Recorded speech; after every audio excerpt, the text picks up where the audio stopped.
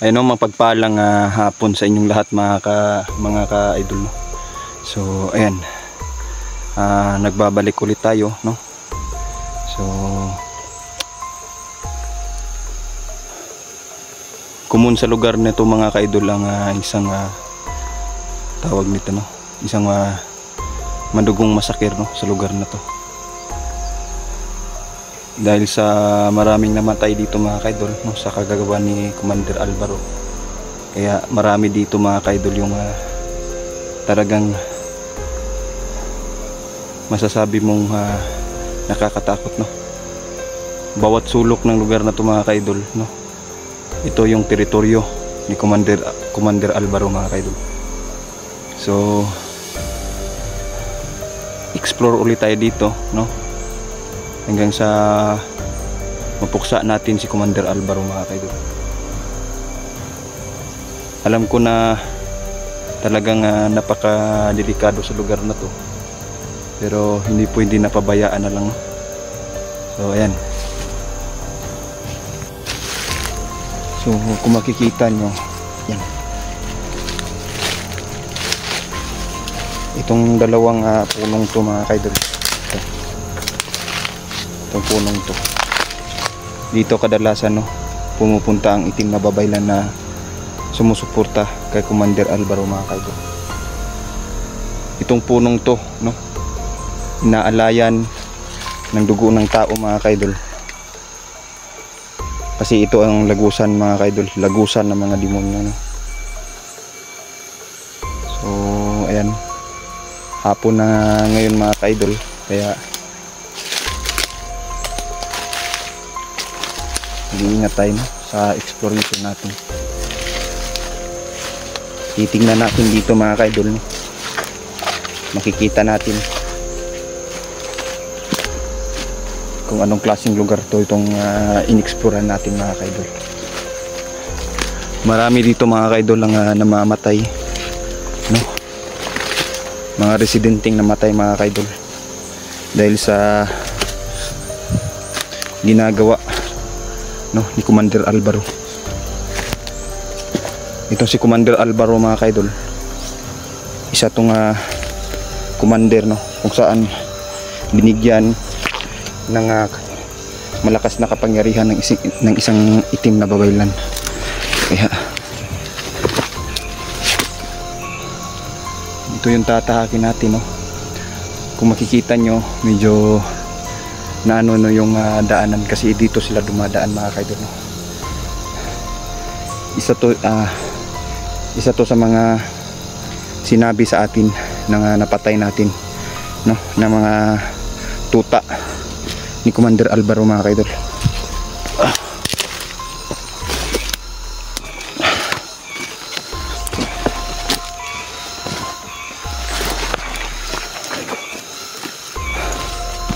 Yan.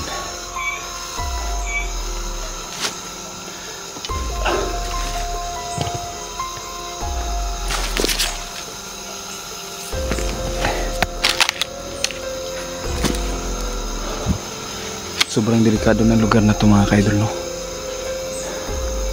Makikita nyo, ang lugar na to ay isa sa mga napakadelikadong lugar. Kaya kung maririnig nyo, nasa taas lang sila, nasa ibabaw lang mga kaidol, no. Tama yung lugar na napuntahan natin.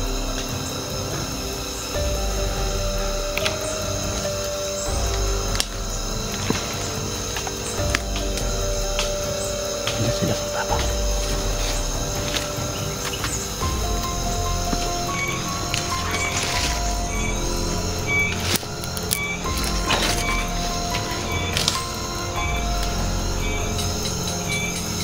Diyan sila sa ibabaw mga kaidol.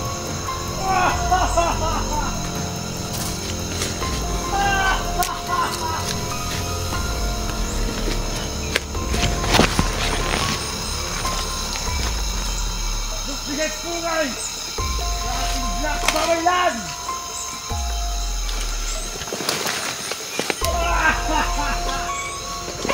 Salamat! Nakaberte! Okay, gan mo rin!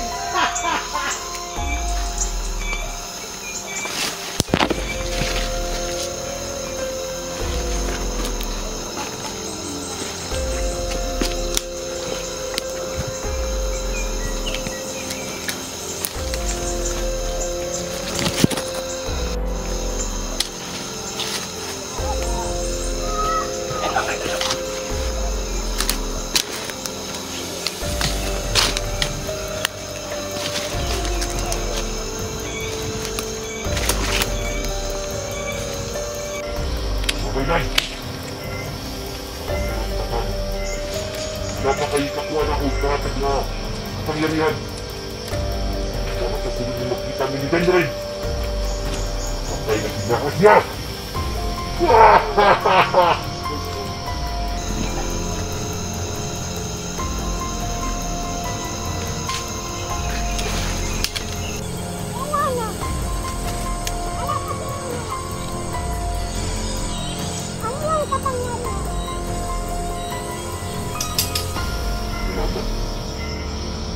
Black Babaylan!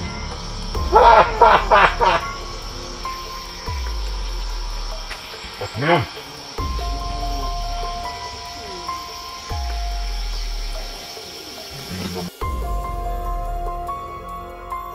papatayin ka si General!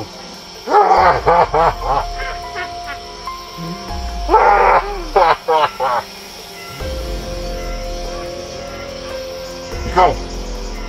Bante ka dito! Babaylan mo iyakan! Ibabaw! Mga kaidol, marami sila dito mga kaidol. Nasa ibaba pa. Kaya alam na alam ko.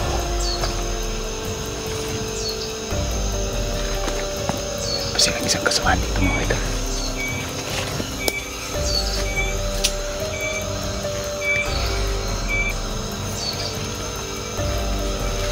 Tutudasin natin itong animal na to.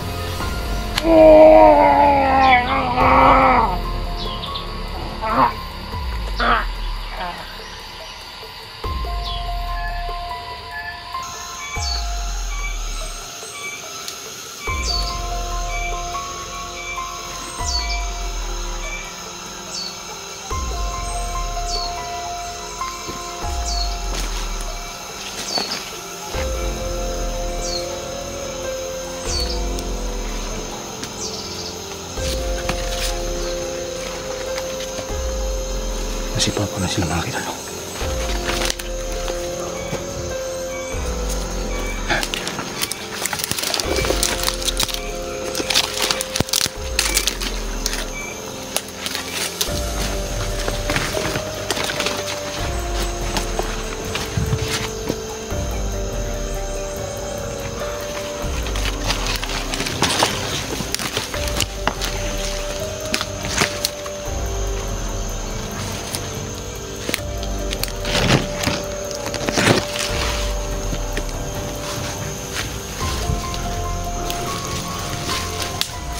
Hindi ko alam kung saan sila pumunta.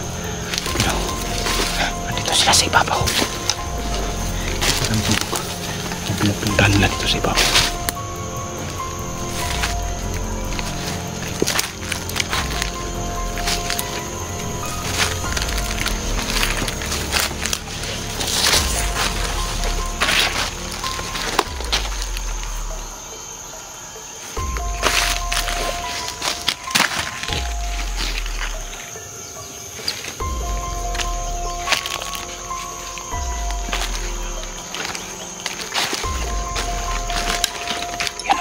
babaylan mga kaidol. Tingnan nyo.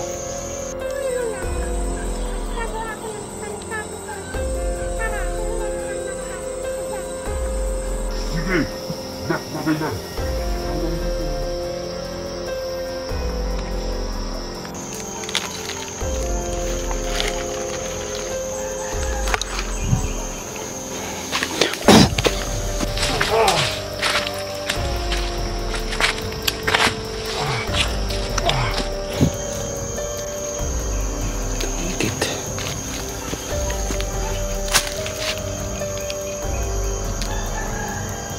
Nasugatan natin, no?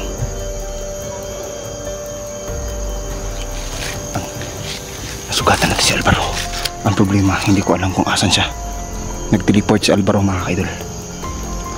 Sobrang lakas ni Alvaro.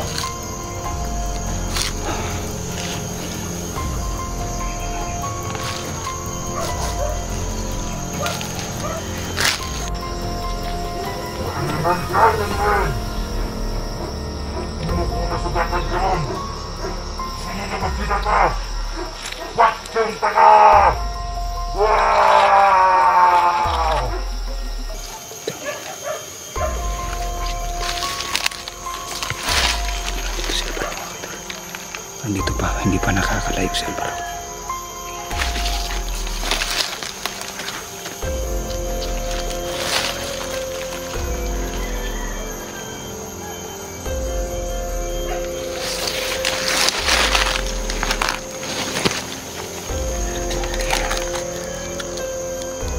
Kailangan natin mapagsak, no? Ngayon alam na natin mga kaidol na may isang bahay dito. Isa lang ang suspitsya kung bahay, no? Isang bahay na makikita sa unahan mga kaidol. Sabi ng mga residente doon, wala daw nakatira. Pero may batang nakakita doon na mayroon bang isang itim, no, na babae daw na pumupunta sa bahay na yun. Kailangan natin mapuksa ang itim na babaylan mga kaidol. Putik. Kung hindi tayo mag-iingat dito mga kaidol, talagang tayo ang manganganib daw. Kailangan natin mapatay ang itim na babaylan.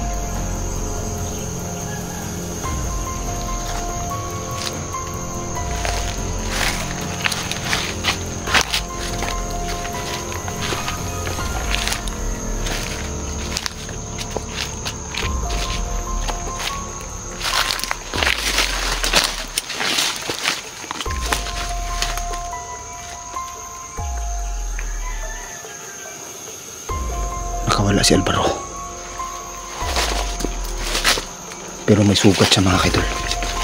Meron siya sugat na iniwan natin.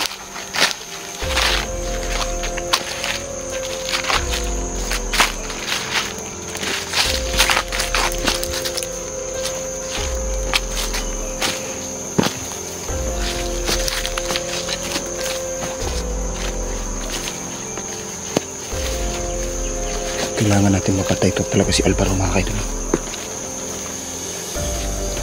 Mga ilang araw lang mga kaidol, hindi na gagawa ng isang malagim na trahedya si Commander Alvaro dito sa lugar na to.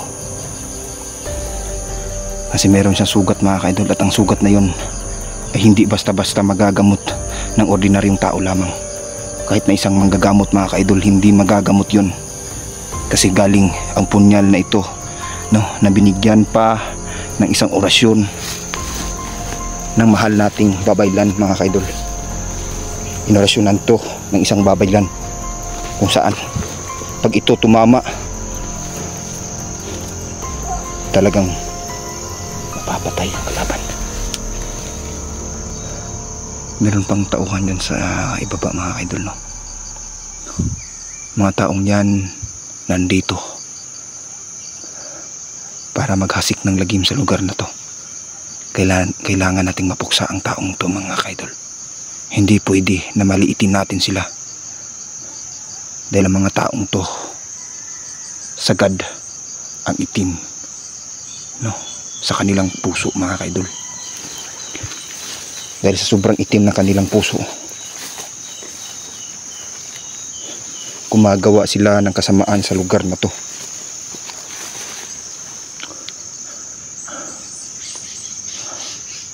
Hanggang dito na lang muna tayo mga kaidol. Maraming salamat at magandang gabi sa inyong lahat. Magandang hapon pala. Pero malapit na maggumabi, no? So, ayan. Pero may titignan tayo. Marami kasing nag-iingay dito sa lugar na to, no? Kadalasan sa mga nag-iingay dito ay isang mga bandidong demonyo mga kaidol. Hanggang dito lang muna tayo mga kaidol. Maraming salamat.